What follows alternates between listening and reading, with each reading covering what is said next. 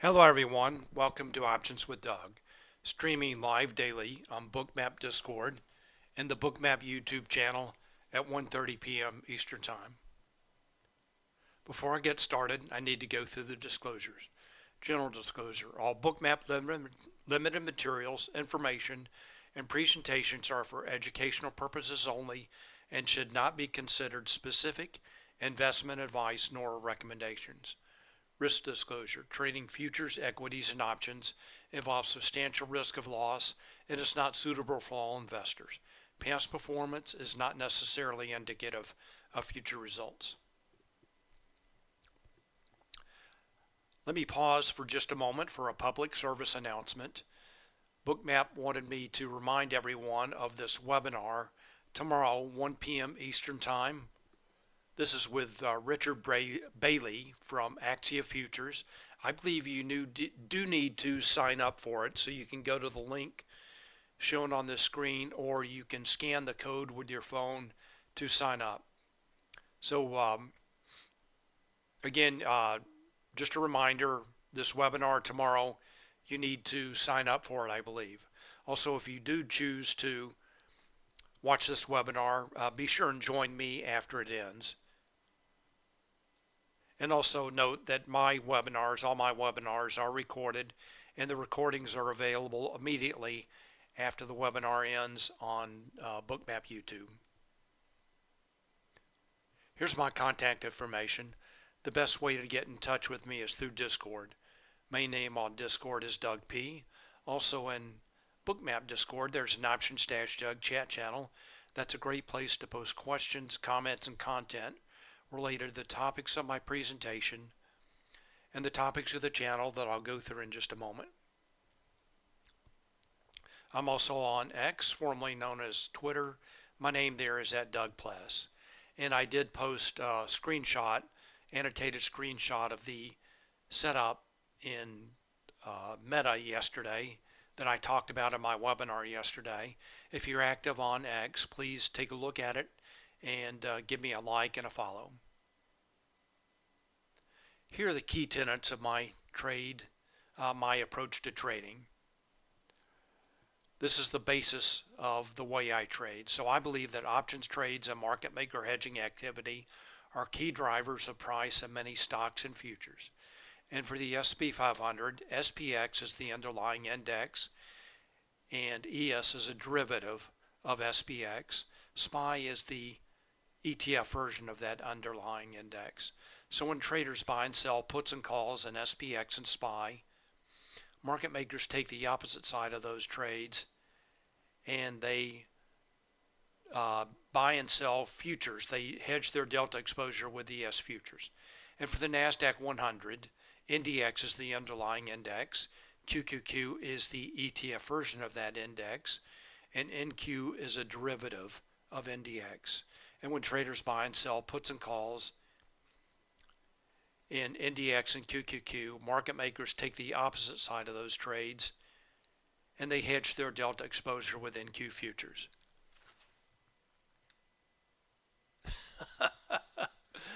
Tyler says, I spoof orders on the book daily and it makes your application irrelevant. So first of all, Tyler, spoofing is illegal. And second, if you have huge, I mean huge size, then maybe you can have some impact on the market. Otherwise, you're irrelevant. All right, the focus of my presentation today and the focus of the Options-Doug chat channel is options order flow, the impact of options markets on stocks and futures, and the influence of market maker hedging flow on price action. I have a two-step process for trading, and the first is planning, and I use positional analysis. I look at how traders and market makers are positioned in the options market and how those positions change from day to day to develop a thesis regarding the expected trading range and volatility for the day, as well as a directional bias. And the second step in my process is execution. I look at real-time order flow in Bookmap and real-time market maker hedging flow on Spotgamma Hero to confirm my thesis, and for setups, for entries and exits. And when I talk about setups today, I will be focusing on an underlying asset. For example, in the SP 500, setups can be taken with ES futures, SPY shares, SPY options, SPX options, or even ES options.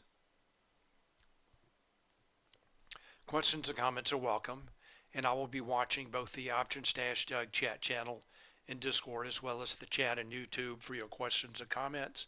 Please feel free to post. I'll do my best to answer your questions. And hello, Stephen, welcome, glad you're here. Hello, WRB, welcome, glad you're here as well. All right, here's my agenda for today, Wednesday, March 13th. First of all, I want to go over news items for today as well as the rest of the week. Then I'll go through my positional analysis. Then I'll review some setups from earlier today. And then I'll take a look at the live market. And when I get to the live market, if anyone has any stocks they want me to take a look at, please let me know and I'll be glad to do that. All right, so there was a 30-year bond auction today. We'll take a look and see if there was any impact from that auction. Then for the rest of the week, coming up on Thursday, 8:30 a.m. Eastern Time, there are a couple of data reports, PPI and also retail sales. Could be a market mover. And then on Friday is the big monthly options expiration. And that is also a quarterly expiration. And typically for the indices especially, the quarterly expirations are the largest, especially for SPX. So that's March, June, September, December. All right, so let's take a look at how this options expiration is stacking up. So this is showing delta notional on the vertical axis by expiration date on the horizontal axis. This is the March expiration that is coming up on Friday. The orange bars are showing call delta or positive delta, and the blue bars are showing put delta or negative delta. And you can see the orange bar is massive compared to the blue bar. This is a very, very call-dominated options expiration. And potentially, in a call-dominated expiration, as those calls expire that have been stabilizing the market, that could lead to a little bit of consolidation and increased volatility coming up next week after the expiration. And note, this is for the S&P 500, NASDAQ, and Russell 2000.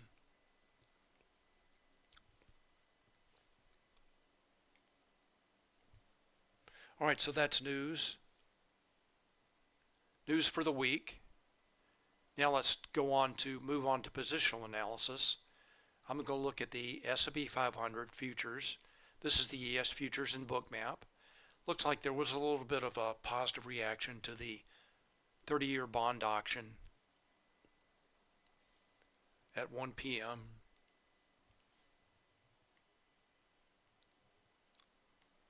All right, so again, this is the ES futures in Bookmap. Very narrow trading range today.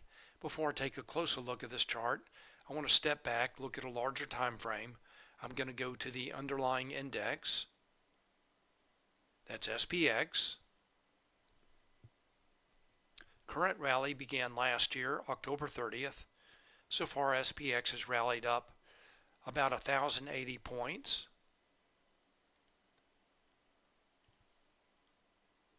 Now let's take a look at another SPX chart.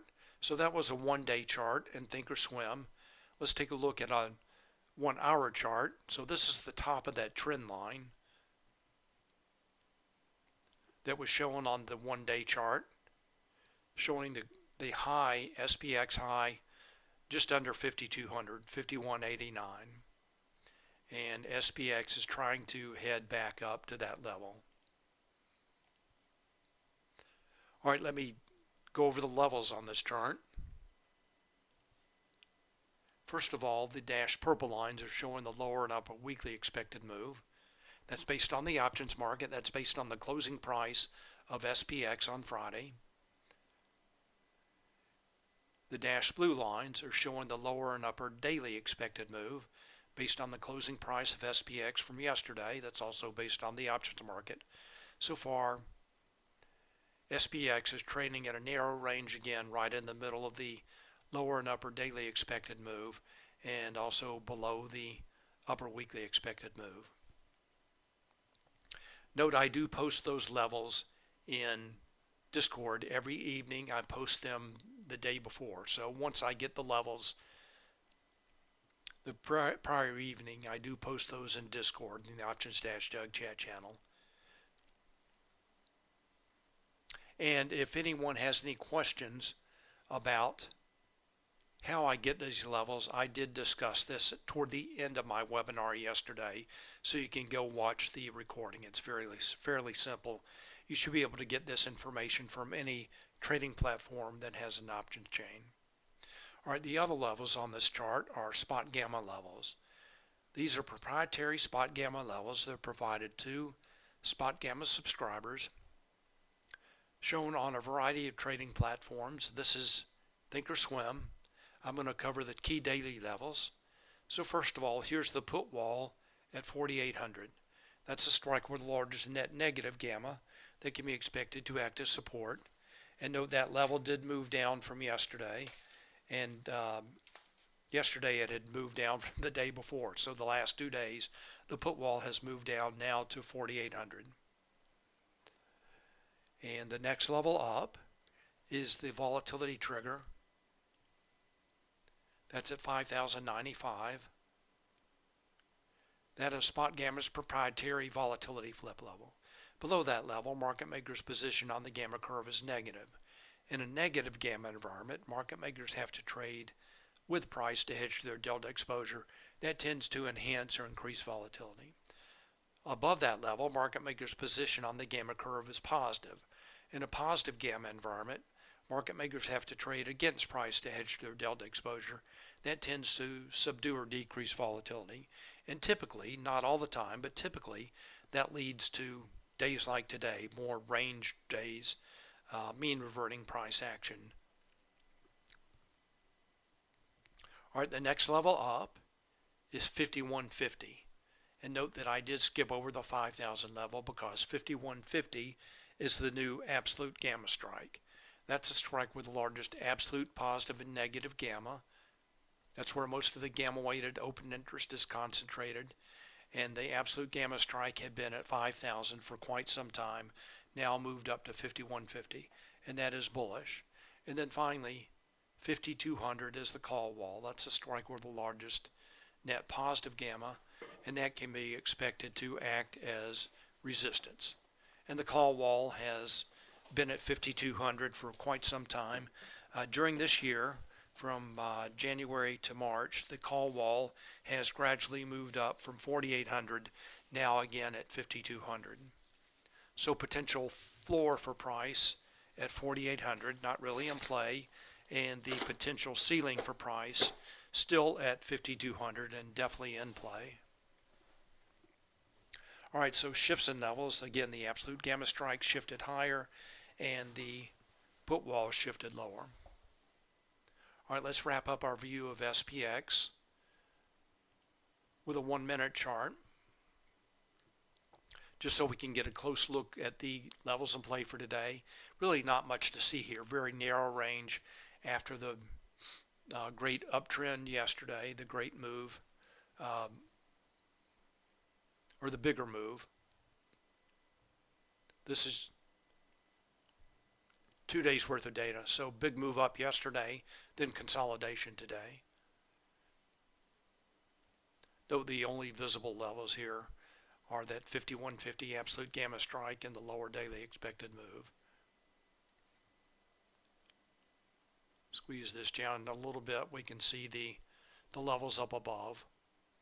Upper weekly expected move, upper daily expected move, and the 5,200 call wall. All right, let's go to Bookmap.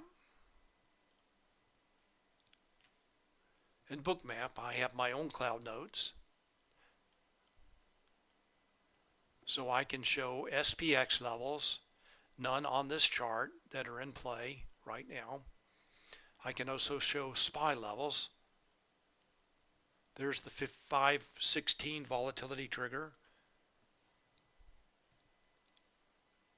more or less acting as support. I think after the rollover on Friday, the levels will line up a little bit more with the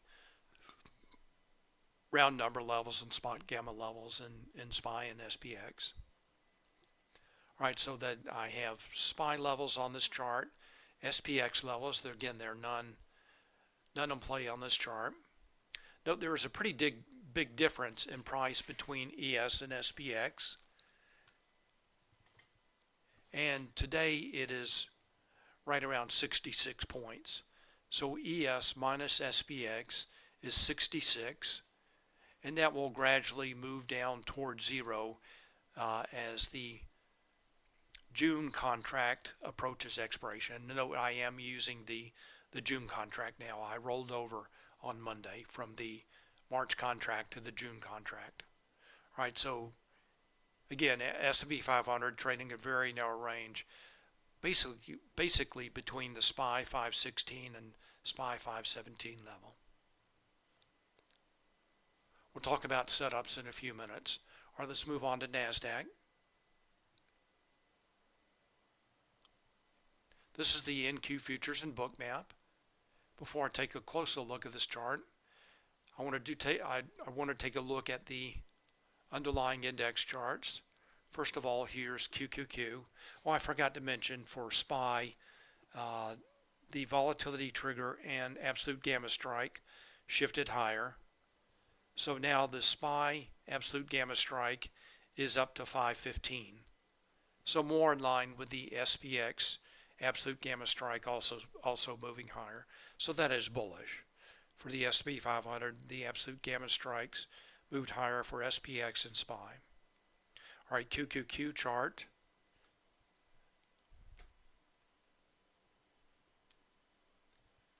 $440 is the absolute gamma strike, no change from yesterday. Call wall has moved up to 445. It was at 439 yesterday. And the put wall moved lower down to 425. All right, so those are the levels in play for QQQ today.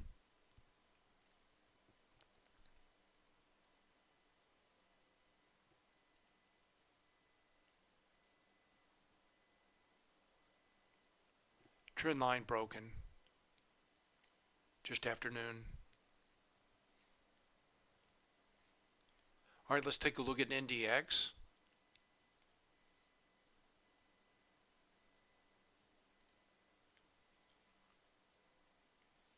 Two days worth of data.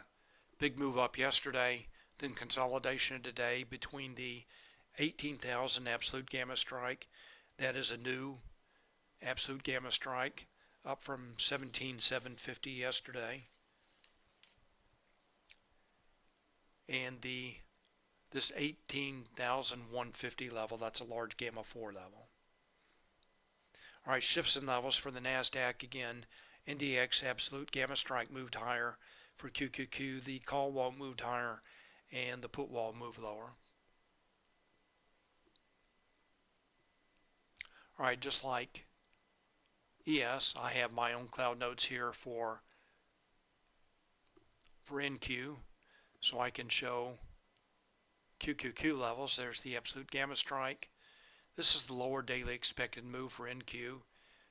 Earlier today, NQ did trade below that level, and there's that 18,150 large gamma 4 level.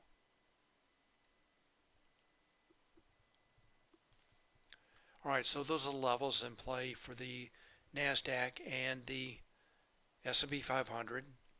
Let's take a look at gamma notional so we can wrap up positional analysis, move on to setups. So this is gamma notional, market maker's position on the gamma curve at the beginning of the day. I'm mainly focusing on the S&P 500 and NASDAQ. S&P 500 and NASDAQ. Note all these numbers are positive. So when the market maker's position on the gamma curve is positive, that means that traders are short calls. That's what Spotgamma assumes. Market makers are long calls, hence the positive gamma. They have to trade against price to hedge their delta exposure. All these numbers did move higher from yesterday. So again, looking at this and the move higher yesterday, all in positive gamma, this leads me to believe or think my first thesis for the day as far as volatility and trading range is a narrow trading range.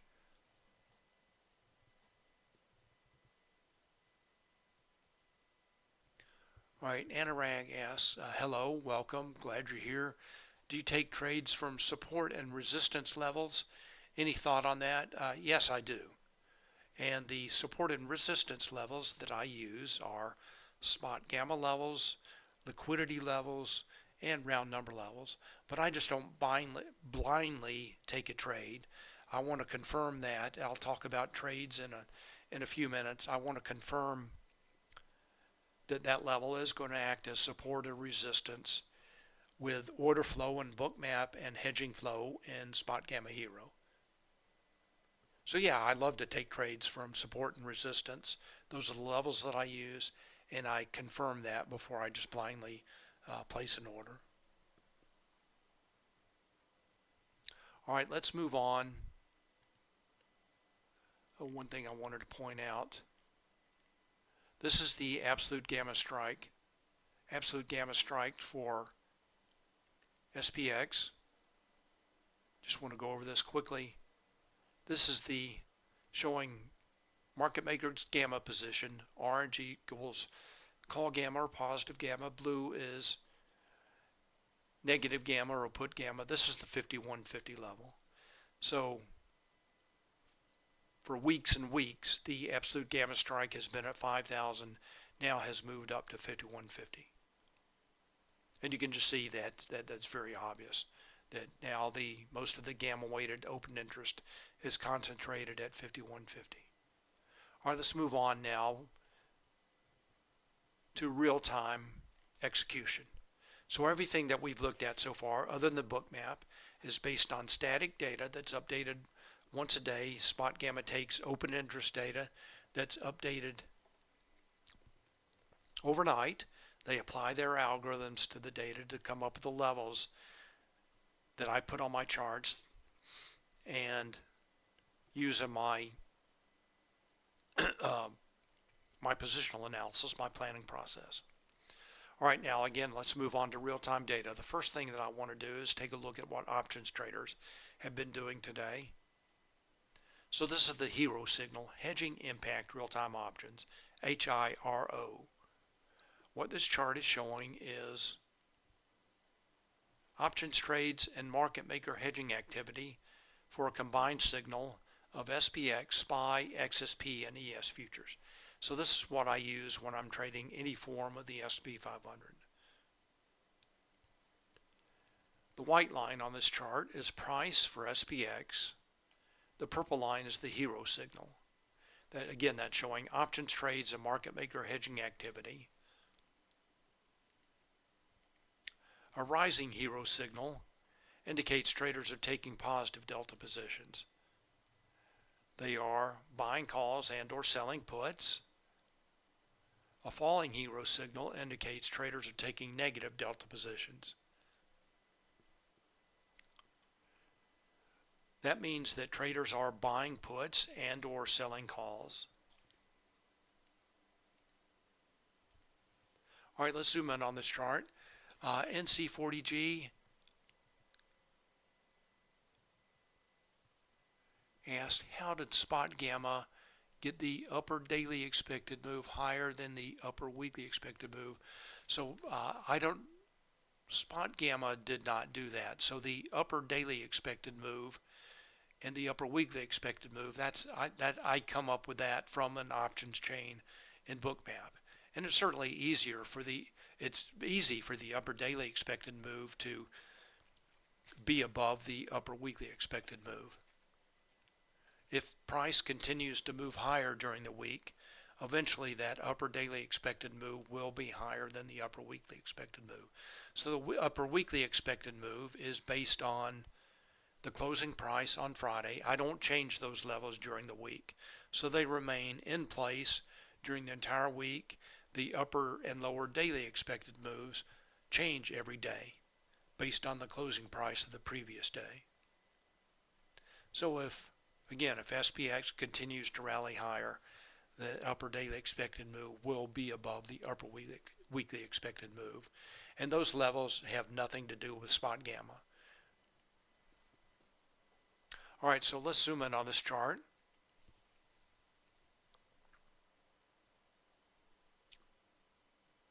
All right, so first of all, I typically focus, I trade on the morning session, trade in the morning session. So let's focus on that. Note, just about a minute or two after the cash open, traders were taking negative delta positions. And you can't see it there, but there was a flow alert right at the open. It might have been just before the open. So traders were taking negative delta positions. Let's go take a look at Bookmap. And there were better setups in stocks today, but not as good as yesterday. All right, so let's go take a look at Bookmap. Go back to ES. Let's zoom in.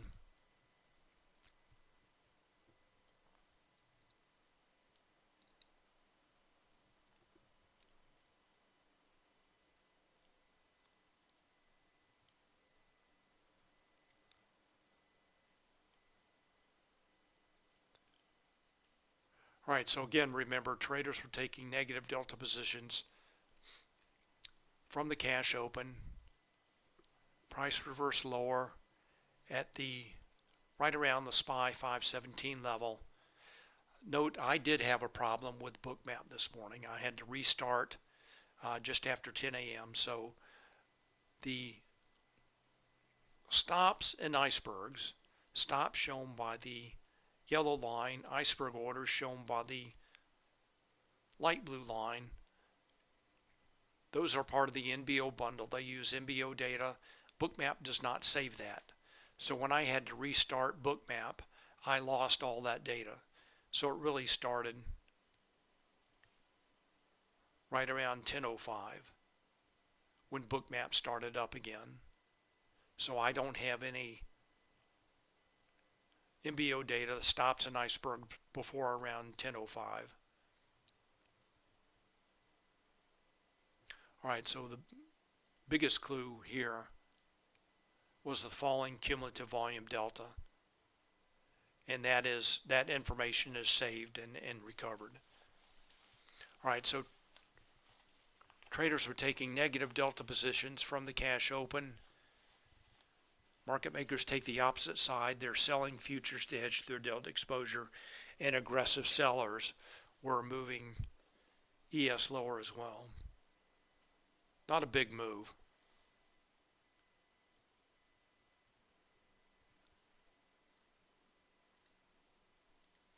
All right, let's zoom out.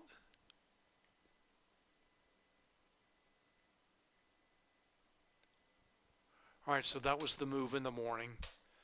Quick move lower after the cash open from about 9:30 to 10 a.m. Let's take a look at NASDAQ.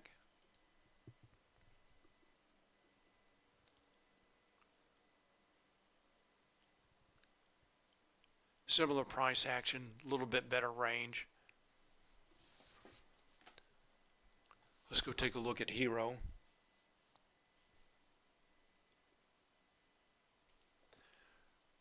All right, for Hero, I normally look at this. For NASDAQ, I normally look at this Mag 7 signal. Let me show you what this is. This is a combined signal for the stocks known as the Magnificent Seven. It's showing options trades, market maker hedging activity for Apple, Amazon, Google, Meta, Microsoft, Nvidia, and Tesla, all combined into one signal. This is a very, very powerful directional indicator For the NASDAQ, these stocks make up a very large component of the NASDAQ 100 and typically lead NASDAQ up and down. So note, just like SPX, the S&P 500, traders are taking negative delta positions from the cash open.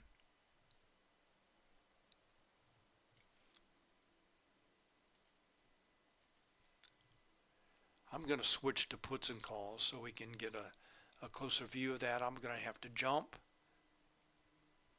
back to avoid the auto zoom. So from the open, the orange line is showing traders were selling calls. Remember, these lines move in the direction of delta. So a falling orange line indicates traders were selling calls. A falling blue line indicates traders are buying puts. Those are both negative delta positions. Market makers have to take the other side of those trades and they hedge their delta exposure, in this case, with stocks.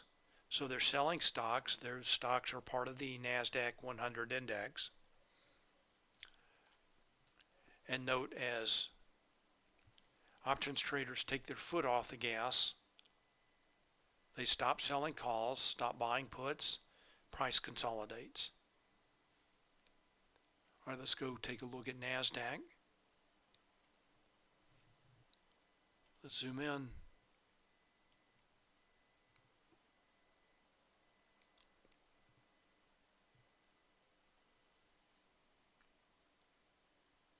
All right, resistance before the cash open at the QQQ 443 level, and then after the cash open, resistance at that NDX 18,150 large gamma 4 level, as well as the QQQ 442 level and also the NQ 18,400 level.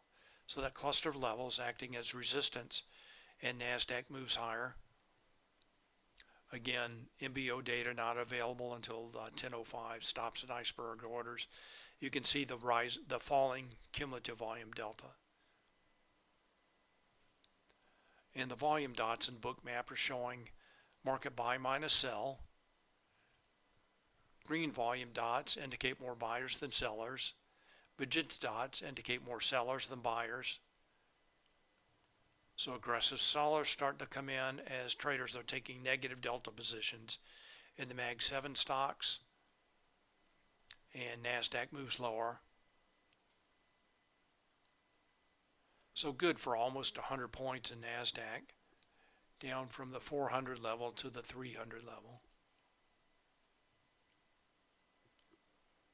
Much bigger move in NASDAQ, about a 100-point move versus about a 10 to 15-point move in S&P 500.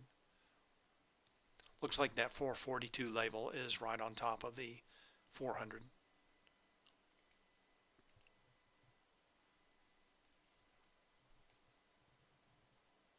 All right, so remember, whoops, sorry about that.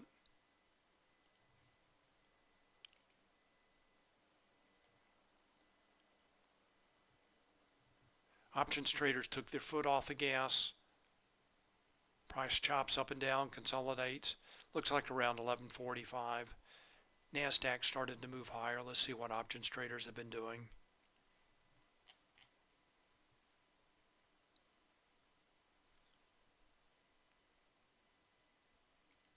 All right, so they did start buying calls, and the put line has pretty much been flat. Now it looks like they're starting to sell calls and buy puts again. So we'll keep an eye on that. All right, let's take a look at some stocks. Take a look at AMD. Morning session. Traders buying puts, blue line, selling calls, orange line. Price moves lower.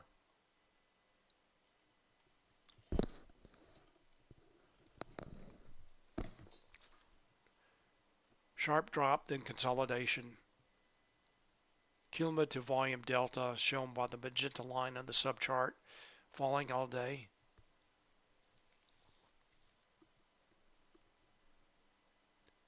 All right, the next stock I want to take a look at is Meta.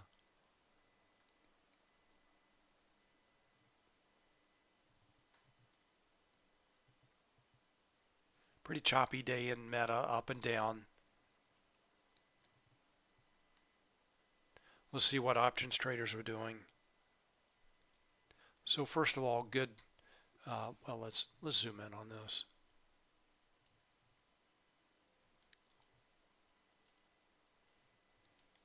We'll see what options traders are doing and then talk about some setups. So let's go to Meta. So Meta looks like really puts were driving in the morning. Traders are buying puts.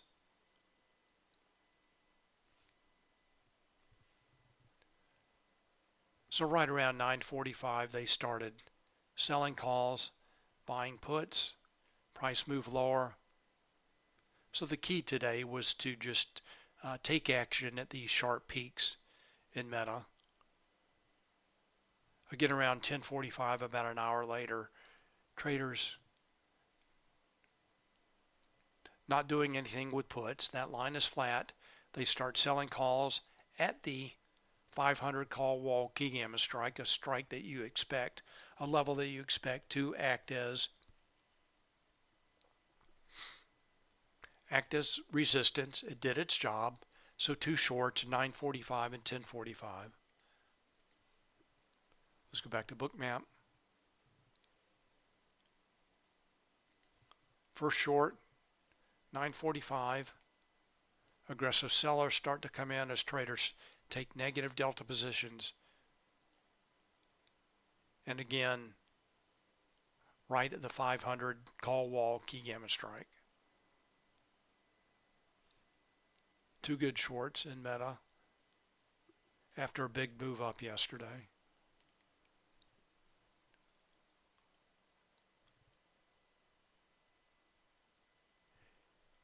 Anurag asked, can we see puts and calls on ES, please? We saw only the combined. So the combined is what I use. Yeah, we can take a look at ES, but I like to look at all the information. All right, the next, and that is the combined signal. SPX, SPY, and ES. Let's take a look at NVIDIA.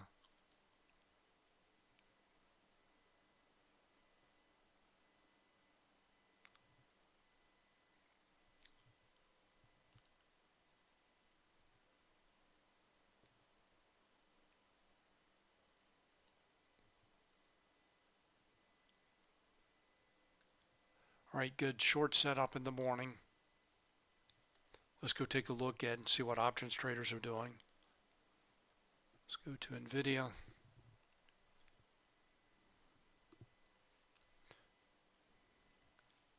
So in the morning, traders were selling calls, shown by the falling orange line. That has continued to move down up until about 1 o'clock. They've also been buying puts. Note the flow alert that comes in just about a minute or two after the cash open.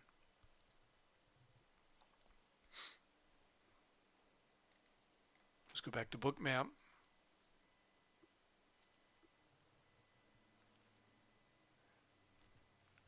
Great pullback entries.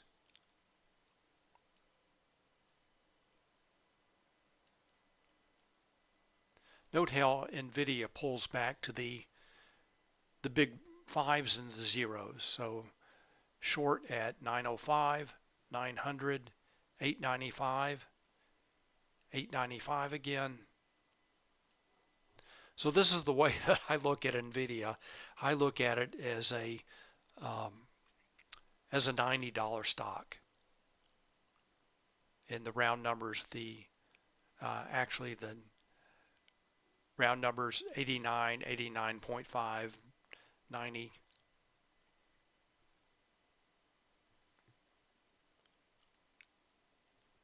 And adjust size accordingly. All right, so NVIDIA short in the morning.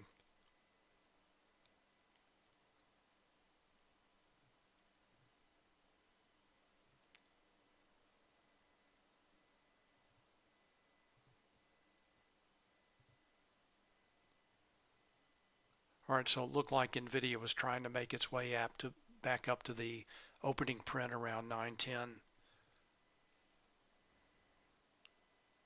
See what options traders have been doing.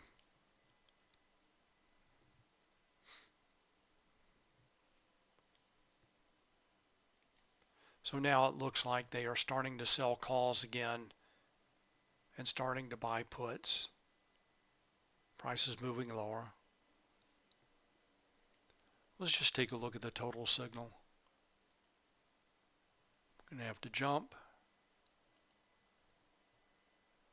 Note there's often a lot of similarity between the Mag 7 signal and the NVIDIA signal. NVIDIA driving Mag 7, driving NASDAQ. All right, the next is Snowflake.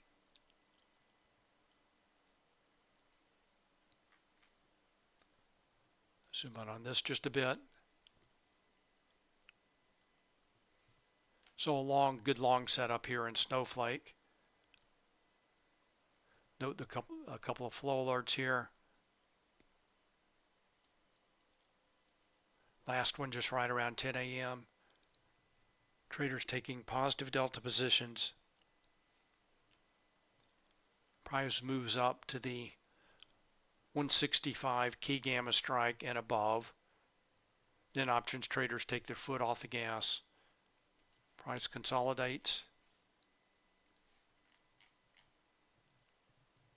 So after about 10:30, options traders have done nothing.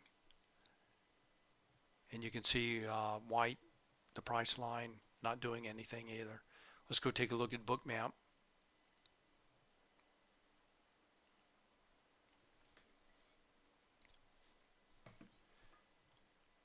Big move up in the morning. Let's zoom in on this.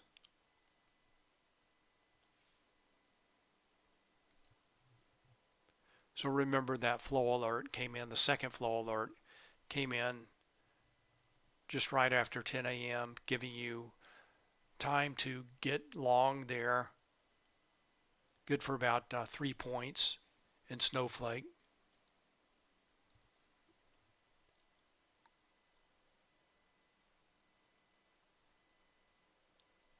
Anurag asked, does the flow alert say call or put in terms of options activity?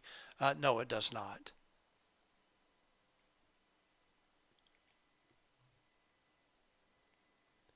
All right, so zoom out. So again, options traders have taken their foot off the gas and Snowflake is consolidating. Oops, didn't mean to do that. Let's go back to Hero. Let me separate out puts and calls so we can get a better idea of what traders have been doing. I'm going to have to jump back. All right, so again, the orange line showing calls. So this is showing that call buyers were driving price, driving up this big move in the morning. All right, now to the question about alerts. The alert signal is shown on the call line. That's typical, but it really doesn't have anything to do with calls or puts, as far as I know. It should, or at least there's no indication to users that it's calls or puts, but it's pretty obvious here that calls are driving price action in the morning.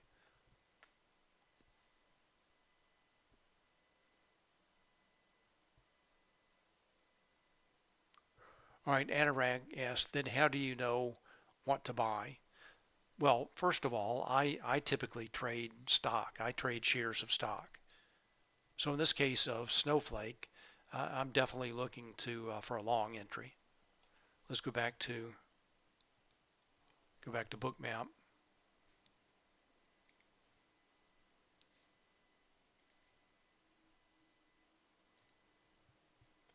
All right, so that flow alert comes in, second flow alert, just after 10 a.m. Cumulative volume delta up until then mildly positive, becomes much more positive. So I'm looking for long here Snowflake trading above VWAP.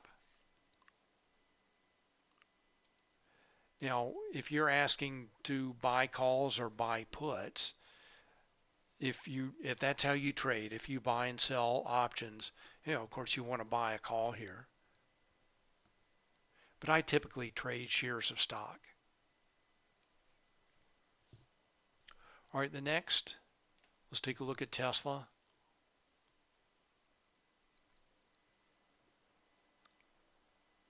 So another bearish day in Tesla here.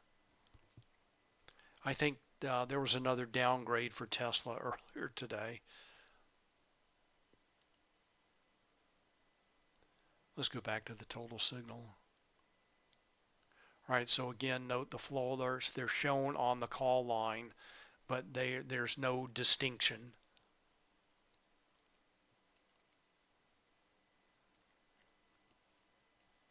Zoom in on the morning. Hero trending down, making a series of lower highs as price moves lower. Not quite as clean a signal as some other stocks that we've taken a look at.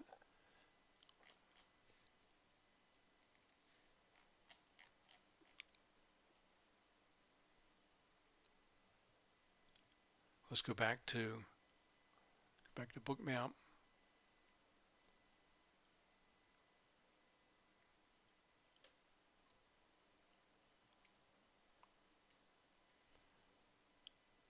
So this quick move down of the morning was an easier read. Entries at the pullbacks to this trend line. Cumulative volume delta continues to move lower. So definitely looking for shorts on Tesla. All right, does anyone have any other stocks they want me to take a look at?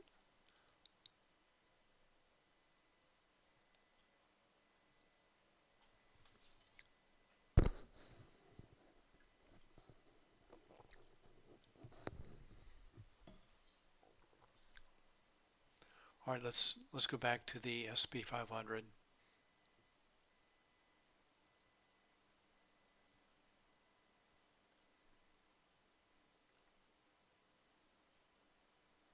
Really choppy day in the ES. Now up and down around the SPY 517 level. See what NASDAQ is doing. Also choppy day now, chopping around between 441 and 442.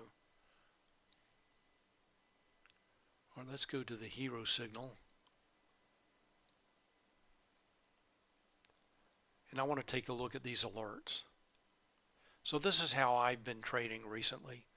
This is the view that I have in the morning. With the alerts for my watch list over on the right. And note, a lot of these alerts come in just a few minutes after the cash open, as traders are pretty aggressively buying and selling puts and calls at the open. So here's a flow alert for Tesla. Tesla continues to move lower. Take a look at the SPY. So that was at 130, so that was quite a while ago. And this was at 146, so that's also pretty stale. A couple of SPY flow alerts. Looks like the hero signal for SPY continues to move higher. Anurag had asked about ES. So let's take a look at. So again, remember the SP 500. That's a combined signal for SPX, SPY, XSP, and ES futures. Each one making a component of this entire signal. So each one having an influence on the SP 500. We can separate out and look at the individual components. So there's ES futures.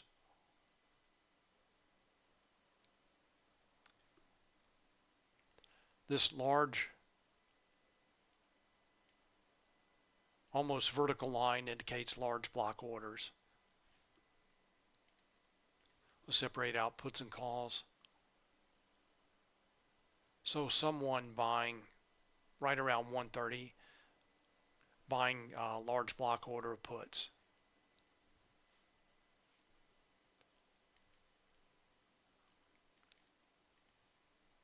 All right, so that's just one component. Again, we can take a look at SPY. SPY trending up, the calls. Put line, blue line flat. Also SPX.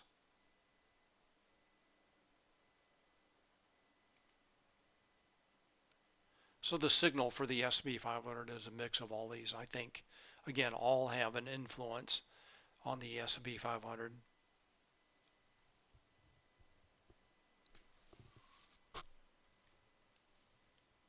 Go back to the total signal, go to Mag 7.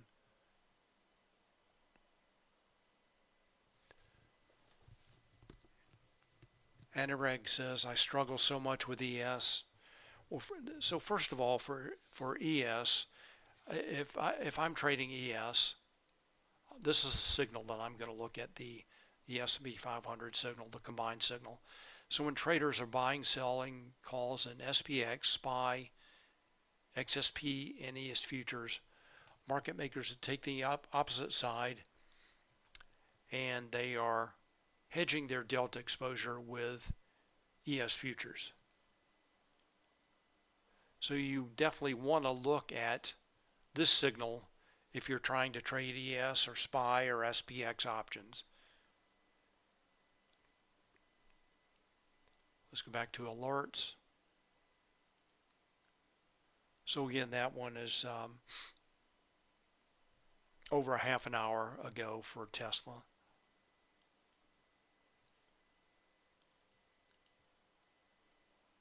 Mag 7 now turning lower.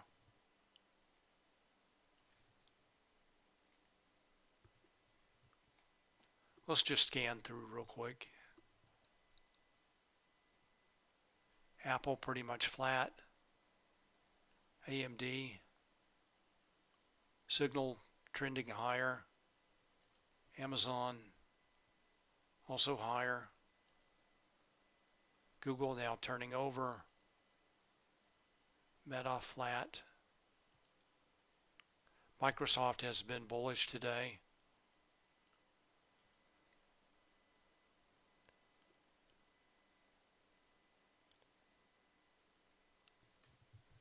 All right, Stephen TL asked, how do you allow the observation on Spotgamma, the chart, along with symbol on watch list? Sorry, Stephen, I don't understand your question.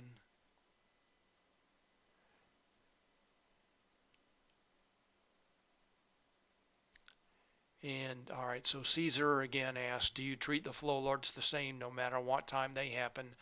No, I'm looking for the fresher signals, so I can, if they're signaling, they are signaling significant options activity, and I want to be prepared to take action soon after that signal.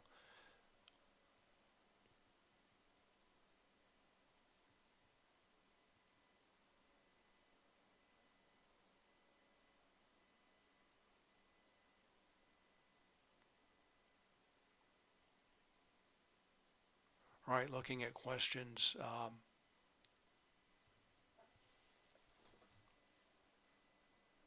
So Stephen, are you asking about this watch list? Yeah, I have a watch list in the Spotgamma dashboard. You can have multiple watch lists now. I only have one, mainly large cap tech stocks. So I have my watch list here on the stock screener below and also on the right here. So it's the same watch list. Yeah, these little thumbnails are the last 15 minutes of the hero signal. So definitely indicating a trend. So let's take a look at IWM. That looks like that's trending down. So that's showing the last 15 minutes trending down.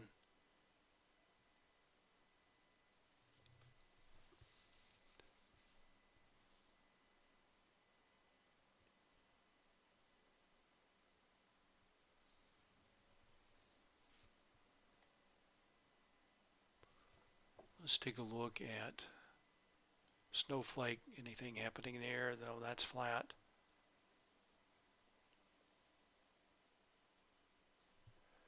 All right, IcoJed asks, are you using Interactive Brokers Pro, and how is it?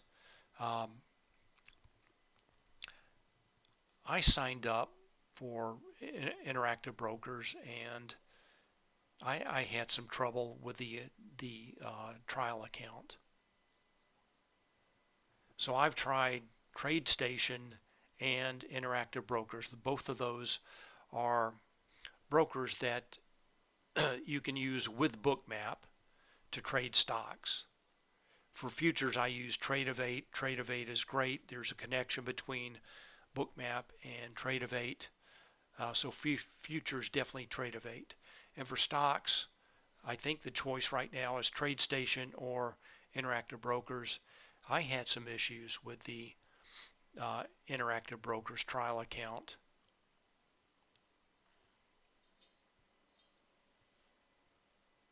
All right, Stephen TL says, yes, I would like to see the last 15-minute charts on mine as well.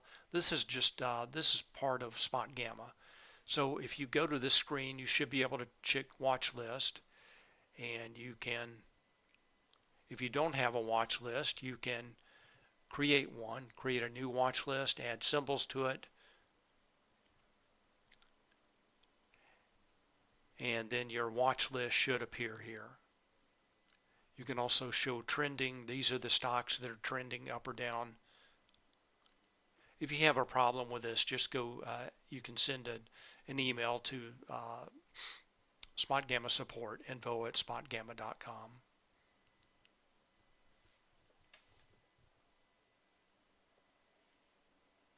All right, so IcoJed, just to wrap up about Interactive Brokers versus TradeStation. Right now, I am favoring TradeStation.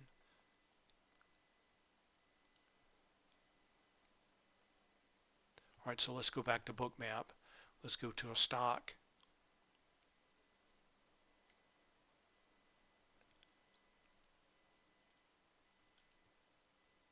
So right now, I'm connected to a demo account in TradeStation.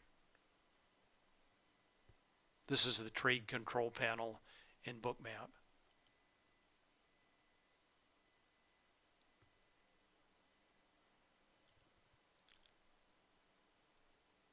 All right, so IcoJed, again, just to wrap this up, I'm probably going to fund my TradeStation account. I think it works just fine for the stocks that I like to trade.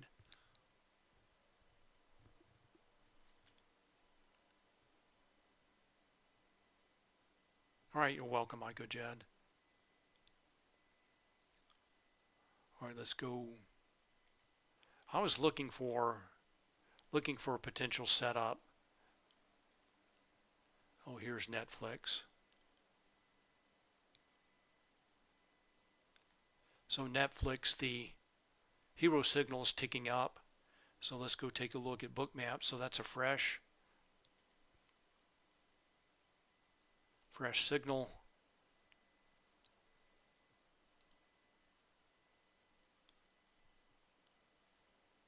All right, so if I want to trade this, what I'm going to do is, let's just go to, I'm going to trade 50 shares.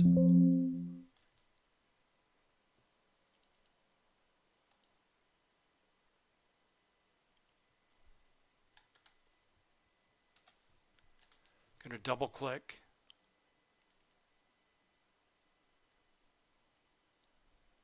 Now let's see if we get filled.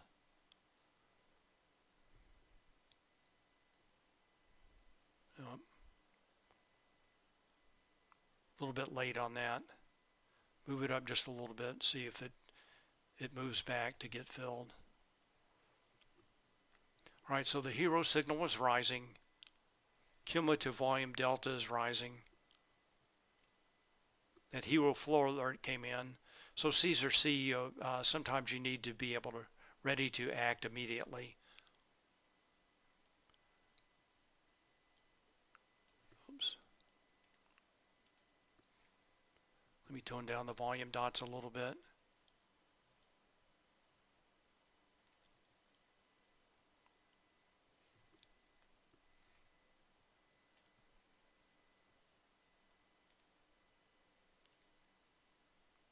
Trend break, hero signal, hero line rising, cumulative volume delta rising.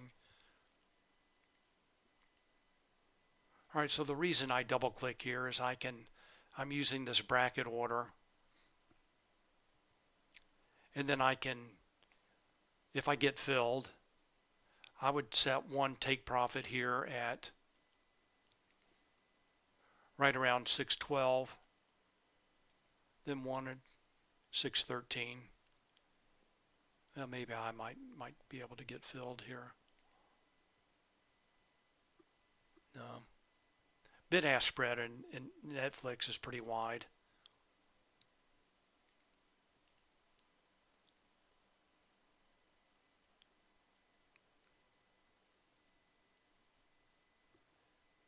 Yeah, Caesar, I'm waiting for Netflix to come down and fill me. Not moving very much. Not moving very fast today.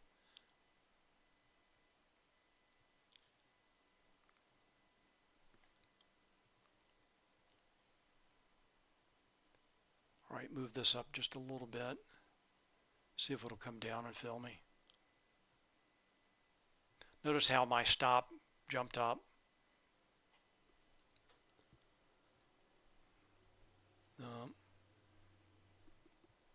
I'll give it another two minutes. If I don't get filled, then I'll have to wrap it up here.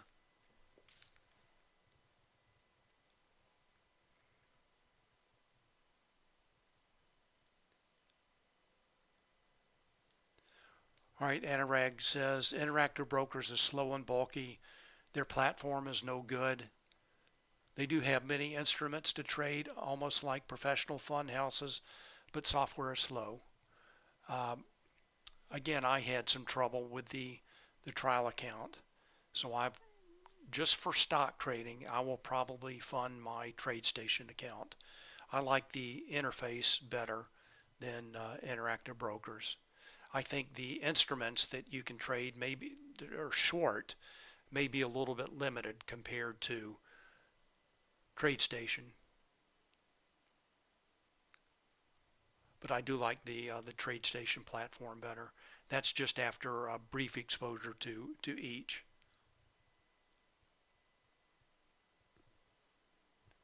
All right, so Anurag wants me to take a look at NQ. Sorry, I'll take a look at NQ tomorrow. I'm trying to get filled on this order for Netflix.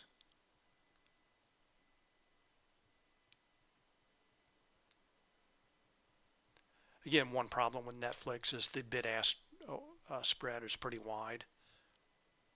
Kind of difficult to trade Netflix.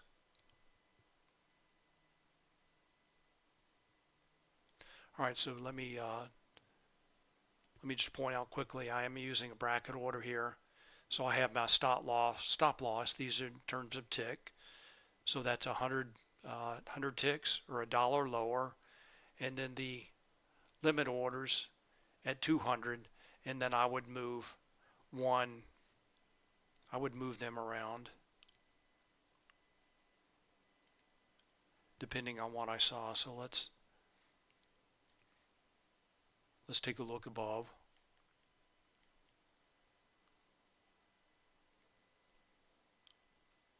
So I know this previous high is at 613. Order filled. Filled now. All right, so I'm going to move this down to 612. Then I'm going to move my other limit order. These are my take profit orders. Going to move those just below 613. So I'm running the 612, front running the 612, 613. Again, my motivation for the trade was, first of all, this alert, flow alert, hero signal rising. Traders are taking positive delta positions. Flow alert gets my attention. In Bookmap, green volume dots, CVD rising, trend break, looking for Netflix to move back up to 613. And it may stop me out. So we'll see. All right, so I'm going to wrap it up, and then I'll post the outcome of this trade in Discord in a few minutes. All right, everyone, thank you very much for watching. Thank you for your questions and comments, and I will see you tomorrow. Remember, PPI data, retail sales data, coming out at 8:30 a.m. Eastern Time, and we'll talk about it tomorrow afternoon. All right, everyone, thanks again. Have a great afternoon, and I will see you tomorrow. Bye.